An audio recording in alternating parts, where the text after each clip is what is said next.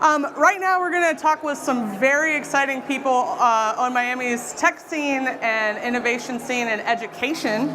And we're talking a little bit about a lot of different sectors that move Miami today, and education and entrepreneurship are two cornerstones for no matter what sector you are in. So if we can, we're going to welcome up to the stage right now Brian Breslin, who's the director of the Launchpad at the University of Miami. Please give Brian a warm round of applause.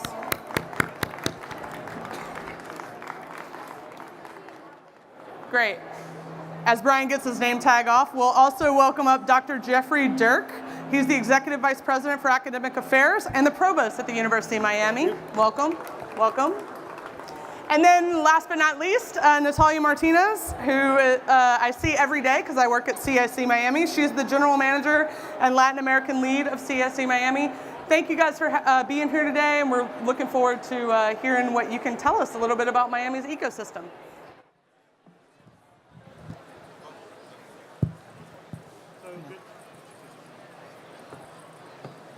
All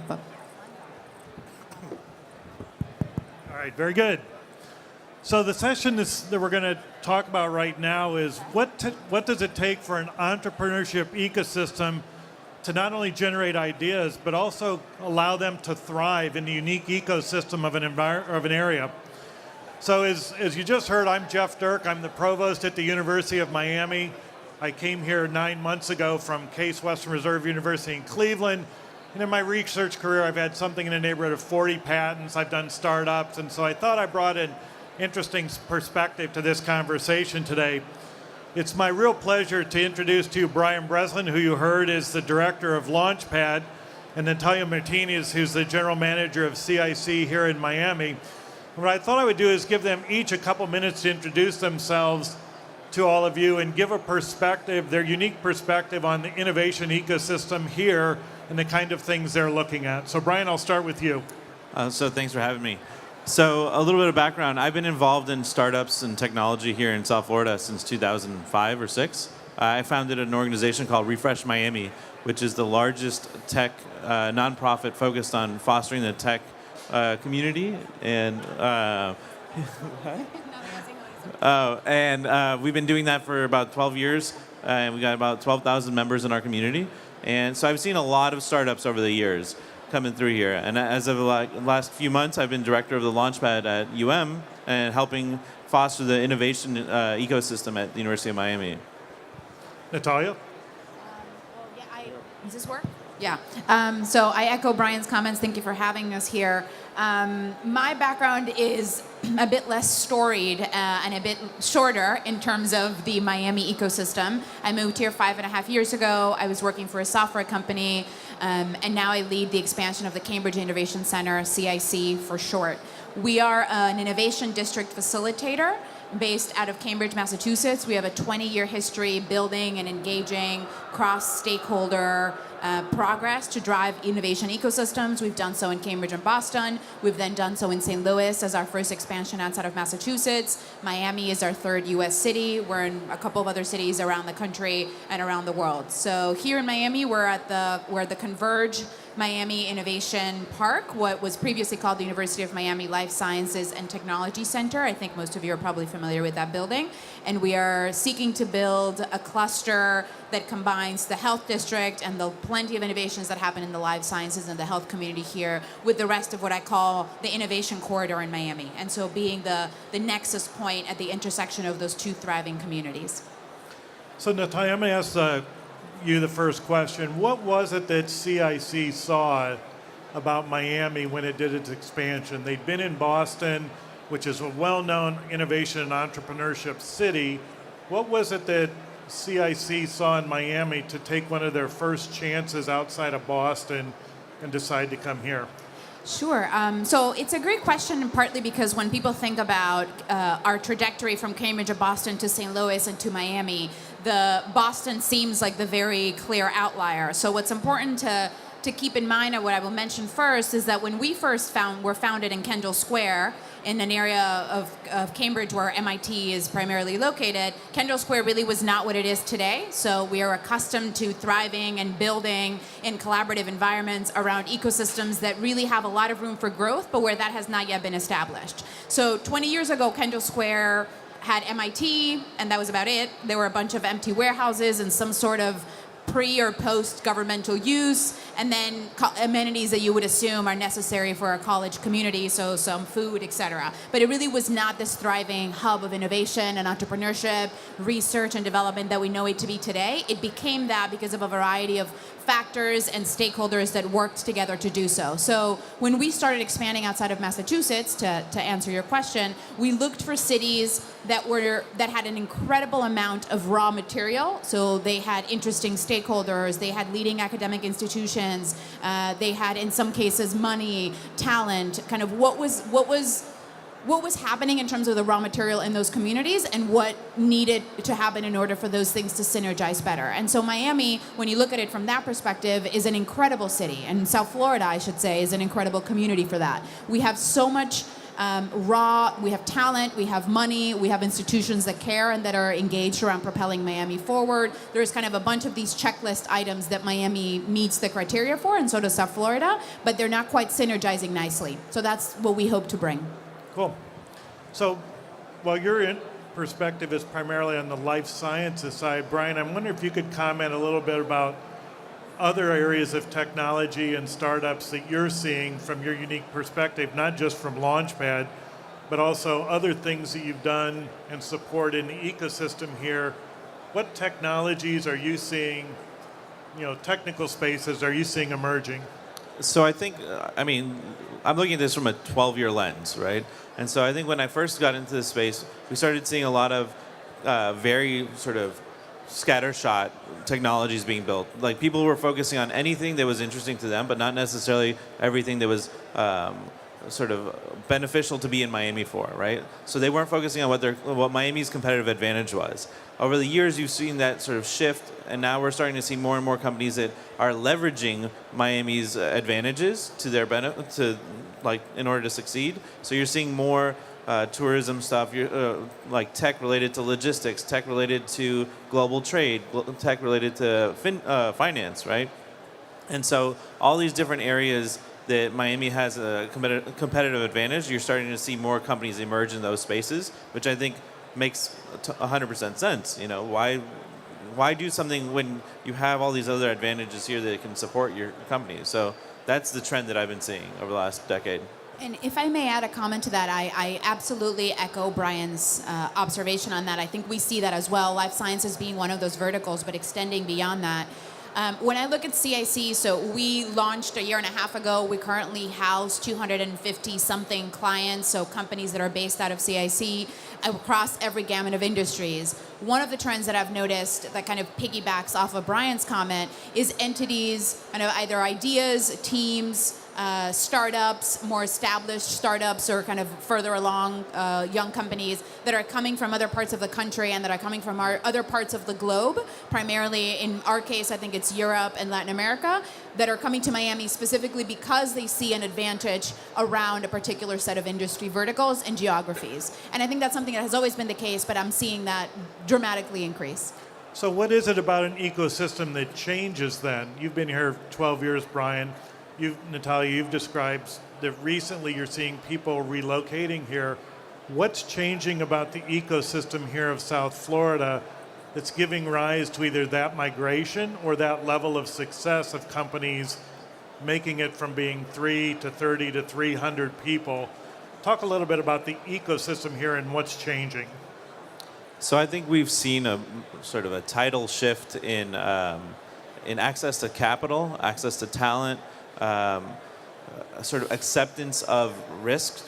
Like 15 years ago, starting a startup was ludicrous in South Florida, because if you failed, you were screwed, whereas nowadays you can try and you can try again and you can try again, and there's always going to be more customers available. There's going to be more access to resources that weren't previously available 12 years ago or 15 years ago. We're seeing access or the sort of the openness to ideas that we haven't seen in Miami since the first .com boom, when people would literally try anything, but that was acceptable then. So I think that's sort of that openness is what's the real shift. But what are some things that we as a region should be measuring or looking at to be assessing the health of or the vibrancy of our innovation ecosystem? Many people look at just job creation. Are there other things you think are other physiologic parameters of the ecosystem we should be looking at? So I think we can tag team this question because I'm pretty sure we'll agree on most of these points. One of the things that comes to mind is the growth of our businesses, and so I know there are a handful of data points that we all cite when we look at the growth of the South Florida entrepreneurial ecosystem. One of the primary ones is the Kaufman Index and the way that we rank and measure among several of those criteria. One of the biggest kind of moments for that or kind of headlines for that is that we consistently rank among the top 3 or top 2. We've been number 1 in terms of startup creation. But when we unpack some of those numbers, we notice that a lot of those things are not really businesses that are growing. Many of them are LLCs. They're corporations that are set up for foreign entities to conduct business in the U.S. or to buy property here. So they're not an accurate representation of our real kind of entrepreneurial and startup substance in South Florida, and we need to start using, so number 1, we need to start using better data, more nuanced data, and more accurate data, and number 2, we need to start really measuring the growth of our businesses. So the fact that people feel excited and they want to start businesses, they think that that's amenable and approachable to them, that's fantastic, that's really great news. But then what resources are they being provided? Mentorship, funding, acceleration opportunities, acquisition opportunities that allows them to actually grow and grow in South Florida. So I would say the composite of that cocktail, I think, are things we need to be measuring. So to add to that, so one of the data points that we track at the Launchpad, which I'm really proud of, is sustainability of these companies. And so over the last 10 years of the Launchpad's history, we've seen roughly 60% of the companies that actually get formed survive more than 5 years. And 5 years is typically the cutoff point for most companies don't last that long. And so the fact that we're tracking this on a micro scale, but I'd love to track it on a macro scale community-wide to see how many of these companies are able to survive, hit cash flow positive, and sustain over the long term. Because that's really what creates a legacy of entrepreneurship in this community, is if we have companies that can survive, are in it for the long haul, and they're not in it as a one-off fad, in and out in a year or whatever it is. So as you look around at other areas in the country that are trying to create innovation ecosystems, what are some of the best practices that you've seen in those areas? Silicon Valley is unique in its own right. St. Louis has completely different economic pressures and different histories. I would never plant a palm tree in Ohio where I came from. So what are some of those best practices that are relevant for us here in Miami? And also, what are maybe some things we need to think about that are unique to Miami to make our own sort of unique kind of system here? Natalia? So I'm happy to start with that one. I think, so Boston and Cambridge is a very particular example. So I'm happy to talk about that if that's of interest and there are questions. But the example I'll kind of lead with is based in St. Louis. When most of us think of St. Louis, we don't particularly think of kind of a thriving entrepreneurial or innovation community, but there is an incredible amount of research coming out of there. There is a handful of verticals, including agrotech, some life sciences components that are really, if you want to focus on those, you go to the Midwest and you kind of, it's the place to go to. What St. Louis has done an incredible job around this project called the Cortex Innovation District, which CAC is a part of. We were attracted to consider St. Louis really solely because of this project. And one of the key learnings and defining characteristics of it is that it's incredibly cross-stakeholder. So the public sector is deeply engaged, multiple universities are deeply engaged in one kind of specific geographic area around a handful of agreed upon priorities. The large corporations that are not just just in the city, but across the state are engaged in Cortex. The utility companies are engaged in Cortex. And so much more so than just focusing on kind of the silos of each of these criteria. So the public sector and the academic institutions and the startup activity and the corporates, all of these entities have been incentivized, not financially, but in some cases financially, but in general incentivized to coexist, co-locate, and more importantly, actively collaborate. And so those points are, I think we can't understate that enough. When I look at a place like Miami, we have such incredible institutions and again, such incredible raw materials here. Really figuring out how to synergize that is the next step. In terms of things that are unique here, I would say we have fantastic demographic patterns. If you look at St. Louis, nobody goes to St. Louis unless they have a very explicit reason for going to St. Louis. We do not, that's not the case in South Florida. We have folks who come here for travel, for shopping, on the way to another destination, to meet a relative, to vacation, to run away from the winter for a couple of months out of the year. And those are incredible demographic patterns. We joke about our tourism industry sometimes, but it's an incredible resource to look at the amount of capital, expertise, knowledge, mentorship capacity that resides within those humans who are perhaps not 100% local, but who spend some time transiting through here. And I think we should figure out how to better activate them. Brian? So those are excellent points, and you touched on like 80% of the things. 80% of the things that I was going to touch on. So I'm not going to reiterate all of them, but I think if you look at Emerge right now as sort of a microcosm, we have these, and how it relates to Miami as a whole. I think one of the things that we need to look at is like, how do we not try to be San Francisco? San Francisco is a unique animal that can't be replicated and shouldn't be replicated, right? We have to figure out how do we make Miami the best that it can be. And so back to my point about Emerge, like you see Cisco, FIU, all these other big, deep-pocketed enterprises, and they're right in front of all these startups. And so for an ecosystem to truly take root, these startups need to be feeding off of the bigger companies and the governments and all these other things in order to get themselves to be the next Ciscos and so on. And I think that's one of the big challenges we've seen over the last decade, is how do we get that going? So I know for me, like I said, I just moved here 9 months ago from Ohio. The thing that really struck, and my first event was Emerge of the Americas last year. The thing that really strikes me about the difference this year is two things. One is far greater attendance this year, greater diversity attendance, and far more startups. So those give me a great sense of optimism of the innovation ecosystem here and the ability to attract from other regions of the world. What are some of the things that you see, Brian? I'm going to start with Brian to make it easier for him. What are some things you're seeing, Brian, that give you optimism here about the innovation ecosystem? Well, one of the things that I'm looking at it primarily the Startup Alley, right? Which, if you guys haven't gone by and checked out all those booths, I think you should, because there's a lot of really creative ideas and people solving problems that I didn't even know were problems, right? And so I think that's a great sign of a healthy ecosystem where people are willing and able to take a risk on solving a niche problem that Natalia or I would never have even seen, or had exposure to, right? But it means that there's people willing to put money and time and energy into solving this because they believe that there's truly a market there to sustain that business. When Henry Ford was originally asked, what do your customers, why are you doing this? What do your customers want? He said, if I would have listened to my customers, they would have asked for a faster horse. So I think that's sort of what we're seeing in Innovation Alley is people who are in many ways ahead of the curve in anticipating what we need or what we're going to want. And I was really impressed in just having completed that. Natalia, what gives you a sense of optimism for the region?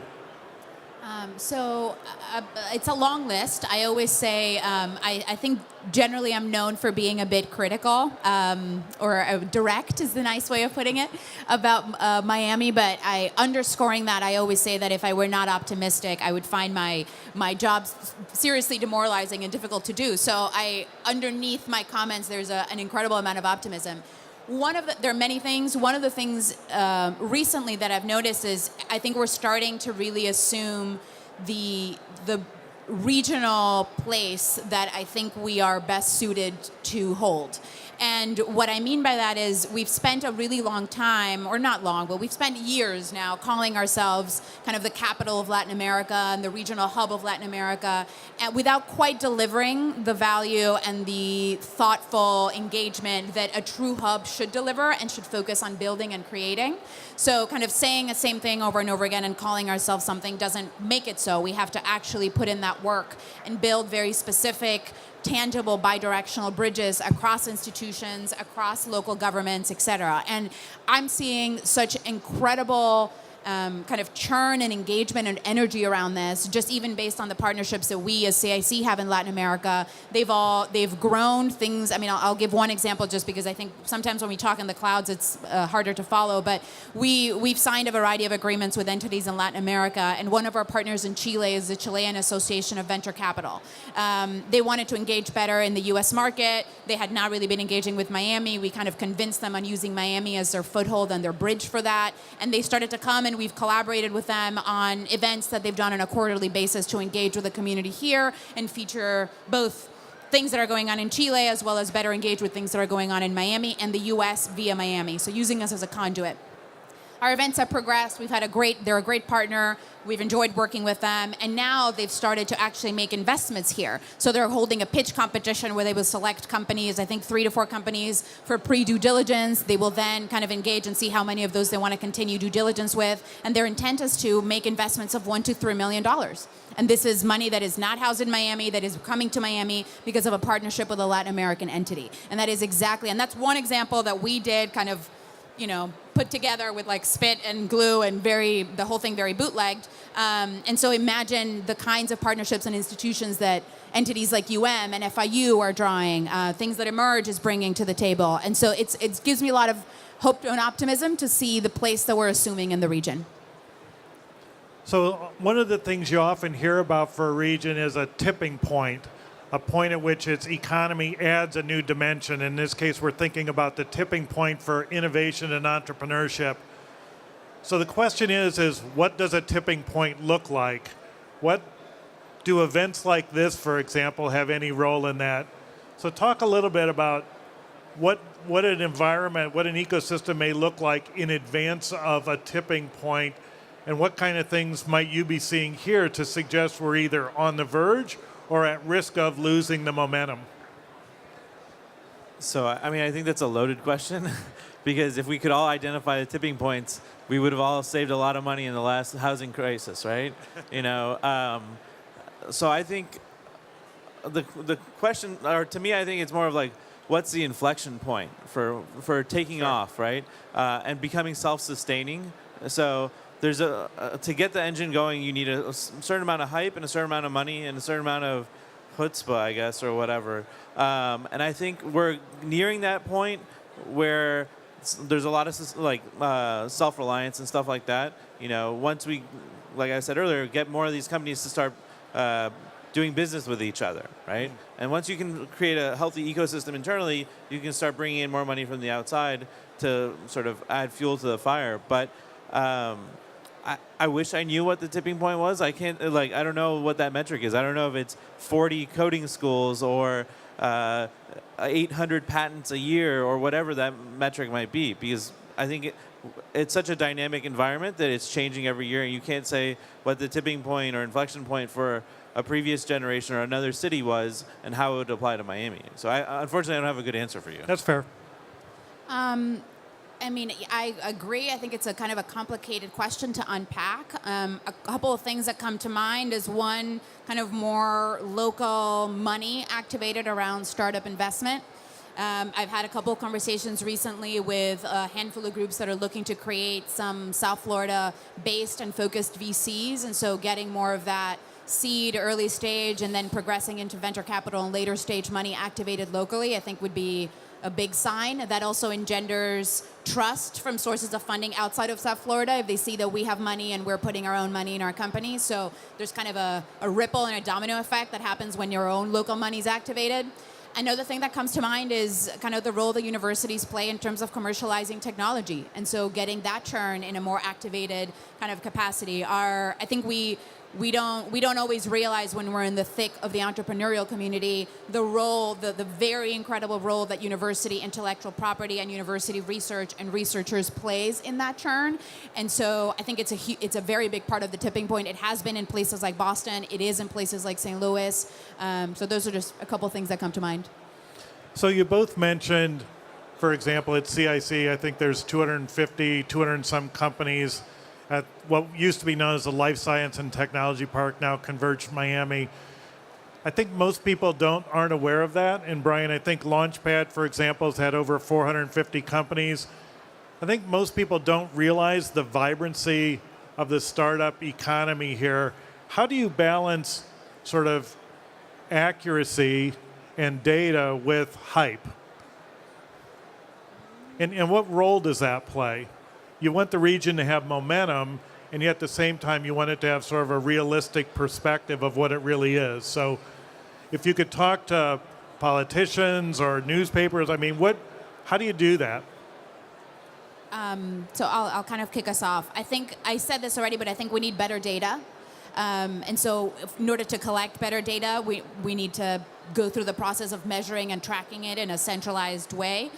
I would love to see kind of the plural of an anecdote is not data, but anecdotes are valuable pieces of information because they tell us, they can help predict, they can tell us particular pieces of the community that are either working really well or not working well enough. So I think there's a value in qualitative and quantitative data, but we have to track it in a way that's more centralized isn't the right word, but more just systematic. At this point, we're so siloed that, I know of our companies and I know all the things they're doing, but I'm not really sure what's happening in, Coral Gables or what's going on within the FIU ecosystem. I know some of the things, but not all of the things. And so we don't have a centralized pool from which we can all pull. And so what ends up happening in terms of the storytelling and the hype is that we keep showcasing the same examples over and over again, which not to say that those examples do not merit it. They're fantastic entrepreneurs. They're great companies. That's really great. But they're also, 5 or 10 companies when we really have hundreds. And so I think it's on all of us to really diversify the pool that we choose from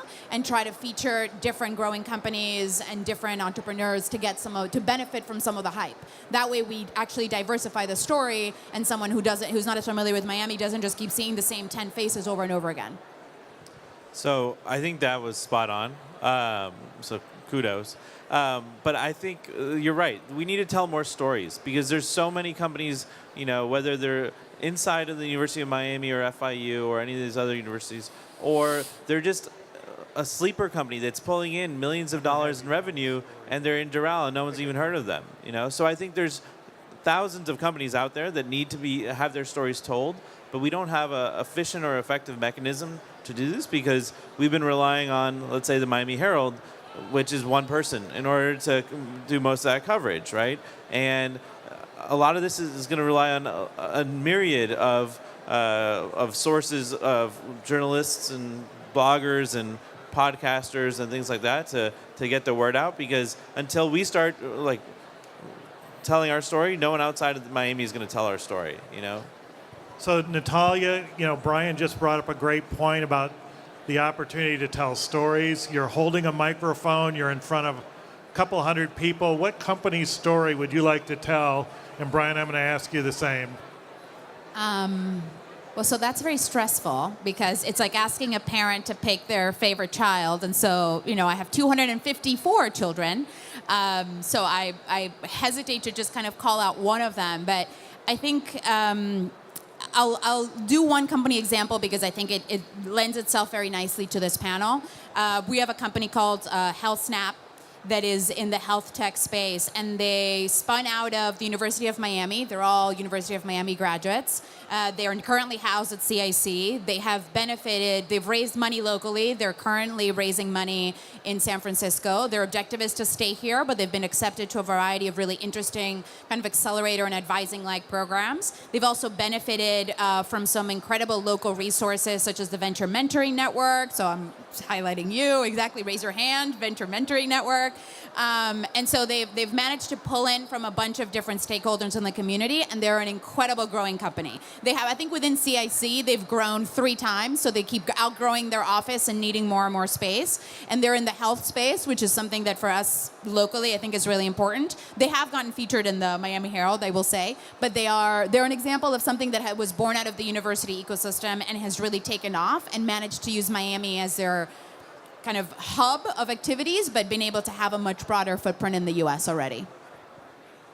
So, I mean, this is truly a challenging question because the Launchpad, we've seen over 450 companies come through, and we've seen 7,000 plus students come through our office with different ideas. So I think the company that I'm most excited about right now is actually, I think, a tenant of Natalia's, Deep Blocks, right? And that's a UM alum, and they're building some really incredible artificial intelligence to revolutionize the real estate industry here. And to me, that's one of the most exciting use cases of using Miami as your advantage, you know, and using really advanced technology to get stuff done. So that's who I would pick, even though that's a really tough question that you put on both of us. You know. That's the advantage of being the moderator. I'll just point that out. So we have about a minute and a half left. I think we have time for maybe 1 or 2 questions from the audience. Yeah. Repeat the question. In addition to having to leave Miami to get funding, is that there isn't enough middle management talent. You've been here a long time. Do you see that changing? So the question was that one, and that's my boss, by the way. So the question was, we see a lot of companies having to leave because they're searching for middle management talent or management talent, and is that changing? And I think that's still a big challenge here because at every different stage of a company lifespan, there's different needs and it's hard to satisfy all of them. And I think for the startups that are growing, I think they need to actually become more aggressive in poaching from the Ciscos of the world. No offense to Cisco, you know, but they need to start poaching and being aggressive and showing people why their company is where you want to be as a middle manager. And I think that's what the solution is to that in the short term. I mean, yes, I think that's still, so I still see that as a little bit of an issue. What I've observed is folks starting to really to attract talent from other parts of the country. So if you look at a company, obviously this is a very specific example, but if you look at Magic Leap, a lot of, I mean, I don't know what number of people they have currently hired, but it's 4,000, yeah. I used to work at Ultimate Software. It's obviously not a startup, but it's a large tech firm. They've attracted a number of talented individuals, myself somewhat included in that group, from other places to come and move to Miami. And so I think the sell of Miami becomes complicated because people move for one job and then they're not sure, well, if I leave that company, where else would I do? So it's a bigger question to unpack, but I would echo that there are people who are very willing to move here. It's an exciting moment to be in Miami, and so look to attract people from elsewhere as part of building that churn.